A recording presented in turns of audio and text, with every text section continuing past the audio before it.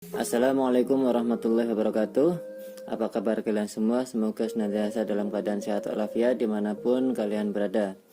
Selamat datang kembali di program pembelajaran jarak jauh kelas Komatsu SMK Negeri 2 Kebumen.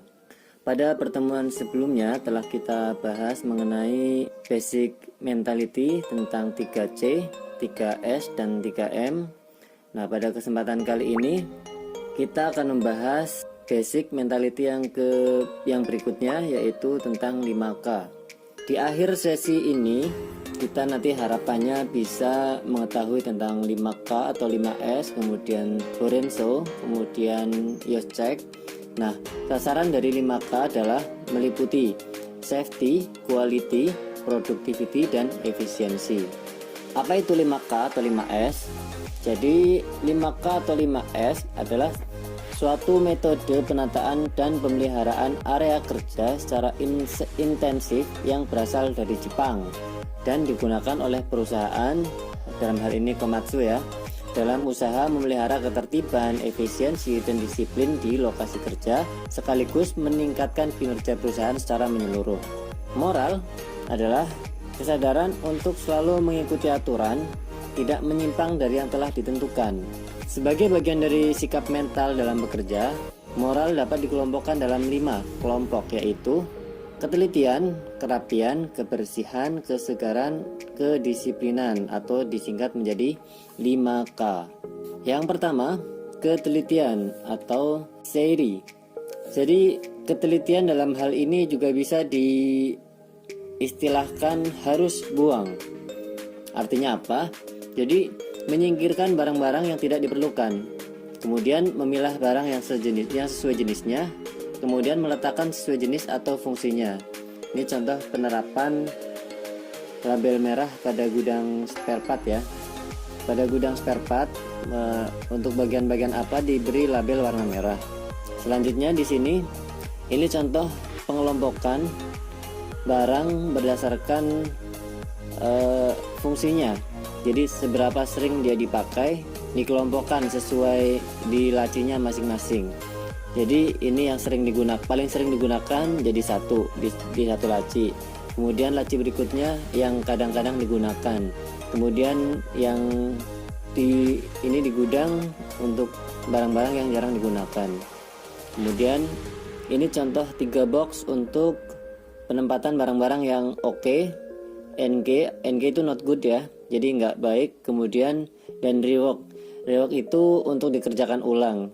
Selanjutnya yang kedua yaitu kerapian atau seiton. Jadi kerapian juga sering diistilahkan harus standar. Jadi segala sesuatu itu diletakkan sesuai posisi yang ditetapkan. Yang kedua, ada identitas terhadap benda sehingga barang mudah dicari pada saat diperlukan. Ini contoh penerapan rapi, jadi barang-barang ditempatkan sesuai tempatnya. Kemudian yang kedua, ada identitas benda. Contoh ini kan alat ukur, jadi di tempatnya ada tulisannya alat ukur. Kemudian ini masker, di tempatnya juga ada tulisan masker. Kemudian ini alat-alat teknikal, di tempatnya juga ditulis technical tool, dan seterusnya.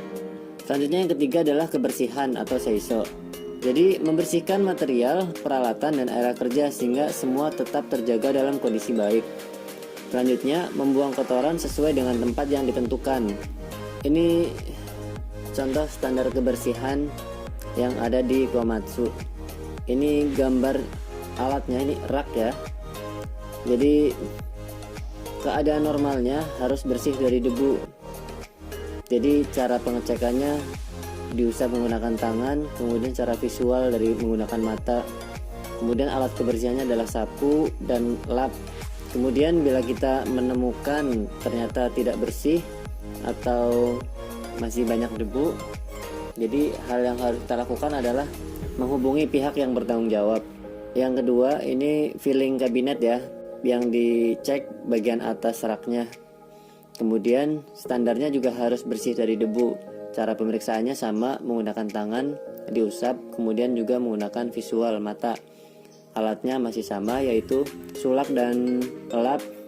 Nah, kalau ternyata temukan kondisinya tidak normal, hubungi pihak yang bertanggung jawab. Ini contoh yang ketiga adalah karpet. Standarnya adalah bersih dari kotoran. Kemudian cara pengecekannya menggunakan mata. Kemudian alat yang digunakan bisa sapu atau vacuum cleaner. Kemudian kalau ternyata ditemukan tidak sesuai standar, berarti menghubungi pihak yang bertanggung jawab. Kemudian yang keempat adalah kesegaran atau seiketsu, yang berarti kegiatan menjaga lingkungan kerja yang sudah rapi dan bersih menjadi suatu standar kerja. Standar ini harus mudah dipahami dan dilaksanakan oleh seluruh anggota dan diperiksa secara berkala. Dan yang terakhir atau yang kelima adalah kedisiplinan, yang berarti penyadaran diri akan etika kerja, disiplin terhadap standar, saling menghormati, malu melakukan pelanggaran, dan senang melakukan perbaikan. Ini adalah contoh-contoh dari kelima item tersebut tadi, dari ketelitian, jadi pemilihan atau sortir barang dan peralatan kerja sesuai kebutuhan. Tidak menerapkan sortir dengan baik atau tidak ada identitas untuk status produk, mana yang oke, mana yang not good, dan atau mana yang in progress, dapat menyebabkan terjadinya mix up antara produk tersebut. Kemudian yang kedua, ini contoh kerapian, penyesuaian tata letak dan indikasi benda kerja yang sesuai. Jadi karena tempat penataan box yang tidak baik, tidak adanya identitas yang jelas pada rak penyimpanan, sangat menyulitkan dalam menemukan barang yang diinginkan, sehingga terjadi pemborosan waktu dalam pencarian barang. Kemudian yang ketiga adalah kebersihan. Pembersihan material dan peralatan kerja secara rutin akan membuat semuanya terlihat. Mesin yang tidak dibersihkan setiap harinya, selain sulit dapat menemukan kerusakan kecil, sebelum menjadi parah, kotornya area kerja dapat menyebabkan kecelakaan kerja.